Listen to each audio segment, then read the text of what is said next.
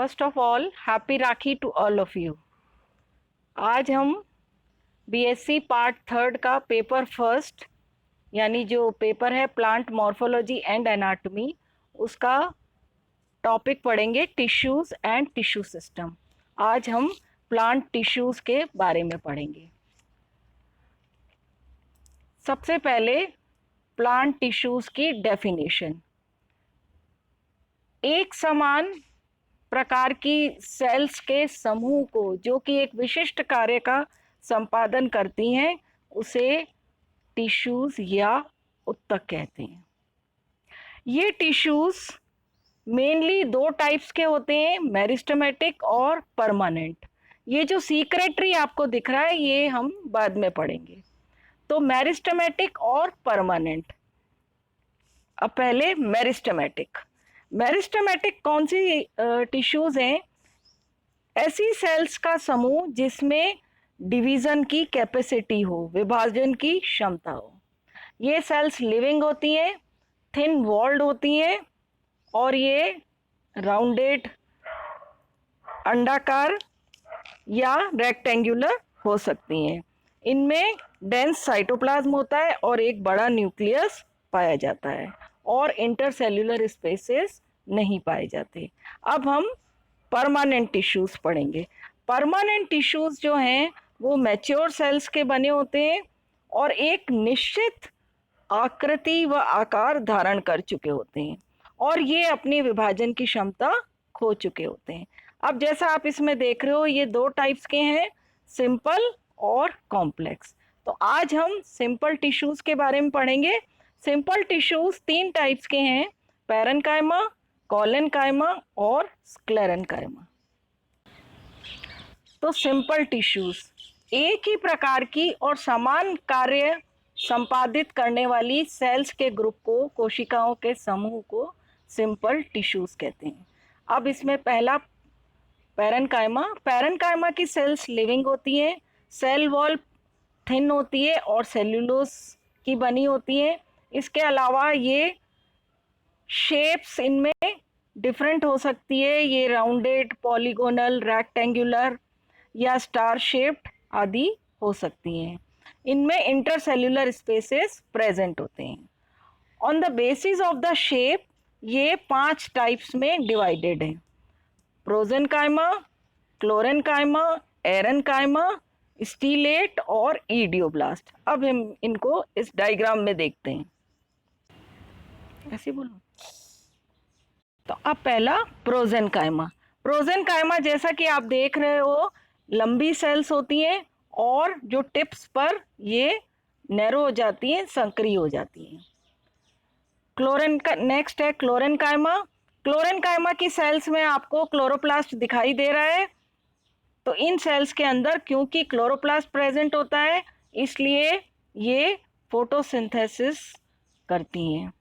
तीसरा है एरेनकाइमा। इसमें आपको दिख रहा है कि बहुत बड़े बड़े इंटरसेल्यूलर स्पेसेस होते हैं यानी वायु प्रकोष्ठ होते हैं जो कि जनरली एक्वेटिक प्लांट्स में पाए जाते हैं और ये प्लांट्स को तैरने में सहायक होते हैं। इसके अलावा ये गैसेस एक्सचेंज भी करते हैं। नेक्स्ट है स्टीलेट। स्टीलेट आपको यहाँ दिख रहा है, ये स्टार शेप्ड सेल्स हैं जो कि एक नेटवर्क बना लेती हैं और इनके भी बीच बीच में एयर स्पेसेस प्रेजेंट होते हैं। लास्ट है ईडियोब्लास्ट। ईडियोब्लास्ट सेल्स जो होती हैं ये अपने अंदर कैल्शियम ऑक्सिलेट क्रिस्टल्स, फैट्स और टैनिन को स्टोर करती हैं। अब नेक्स्ट है कोलेन्काइमा। कोलेन्काइमा की सेल्स भी लिविंग होती हैं लेकिन इनकी सेल वॉल में लोकेलाइज्ड थिकनिंग पाई जाती है, इसलिए ये थोड़ी मोटी और सेल्यूलोज या पेक्टिन की बनी होती है। इसके अलावा शेप में ये आइसोडाइमेट्रिक से लेकर फाइबर टाइप भी हो सकती हैं। ये 3 टाइप्स की होती हैं, लेमिनार, लेक्यूनार और एंगुलर। अब पहला लेमिनार, जैसा कि आप डायग्राम में देख रहे हैं इनमें सेल्स के ऊपर थिकनिंग पाई जाती है जो कि प्लेट्स के रूप में होती है। नेक्स्ट है लेक्यूनार। तो नेक्स्ट है लेक्यूनार। लेक्यूनार में आप देख सकते हो कि बीच बीच में इंटरसेल्यूलर स्पेसेस प्रेजेंट है और इन इंटर सेल्यूलर स्पेसेस में सेल वॉल में थिकनिंग पाई जाती है।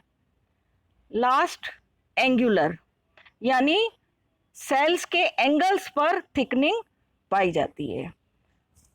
अब इसके फंक्शंस, ये प्लांट्स को लचक यानी फ्लेक्सिबिलिटी और दृढ़ता प्रदान करते हैं, जिससे कि प्लांट्स हवा के थपेड़ों से टूटता फूटता नहीं है। लीफ मार्जिन्स को भी ये कटने फटने से बचाते हैं और आवश्यकता पड़ने पर ये सेल्स मेरिस्टेमेटिक भी हो सकती हैं, जो कि सेकेंडरी ग्रोथ और कोई घाव भरने में सहायक होती हैं। अब नेक्स्ट है स्क्लेरेन्काइमा। स्क्लेरेन्काइमा सेल्स जो होती हैं, इनकी सेल वॉल बहुत अधिक थिक होती है। ये लिग्निन युक्त भी हो सकती है और बिना लिग्निन के भी सेकेंडरी थिकनिंग हो सकती है, लेकिन इसमें कई बार इतनी ज़्यादा सेकेंडरी थिकनिंग होती है कि सेल ल्यूमिन जो होता है वो या तो बहुत छोटा हो जाता है या बिल्कुल अवरुद्ध हो जाता है। इसके अलावा ये सेल्स जो होती हैं डेड होती हैं, मृत होती हैं। ये भी दो टाइप्स की हैं, स्क्लेरेन्काइमेटस फाइबर्स और स्टोन सेल्स। तो अब पहला फाइबर्स, जैसा नाम से ही पता लग रहा है कि ये सेल्स फाइबर लाइक होती हैं, यानी लंबी और पतली होती हैं और सिरों पर नुकीली होती हैं। इनकी सेल वॉल बहुत अधिक थिक होती है, जिससे कि सेल ल्यूमिन बहुत छोटा हो जाता है। ये सेल्स जाइलम और फ्लोएम में पाई जाती है और इसके अतिरिक्त कॉर्टेक्स में भी पाई जाती है। फल और बीजों के सीड कोट जो है वो भी इन्हीं सेल्स से बनते हैं। नेक्स्ट है स्टोन सेल्स। स्टोन सेल्स बहुत ज़्यादा थिक वॉल्ड होती हैं। ये विभिन्न शेप्स की होती हैं और पादप के विभिन्न अंगों में पाई जाती हैं। अब इन सेल्स के फंक्शंस, ये प्लांट्स को मैकेनिकल स्ट्रेंथ प्रदान करती हैं, रिजिडिटी प्रदान करती हैं। इसके अलावा जो सीड कोट है या फ्रूट की वॉल है, इन सबको ये एक कठोरता या रिजिडिटी प्रदान करती हैं। इसके अलावा इंटरनल टिश्यूज़ की भी ये रक्षा करती हैं। अब कॉम्प्लेक्स टिश्यूज़ जो है वो हम अपने नेक्स्ट क्लास में पढ़ेंगे। Thank you.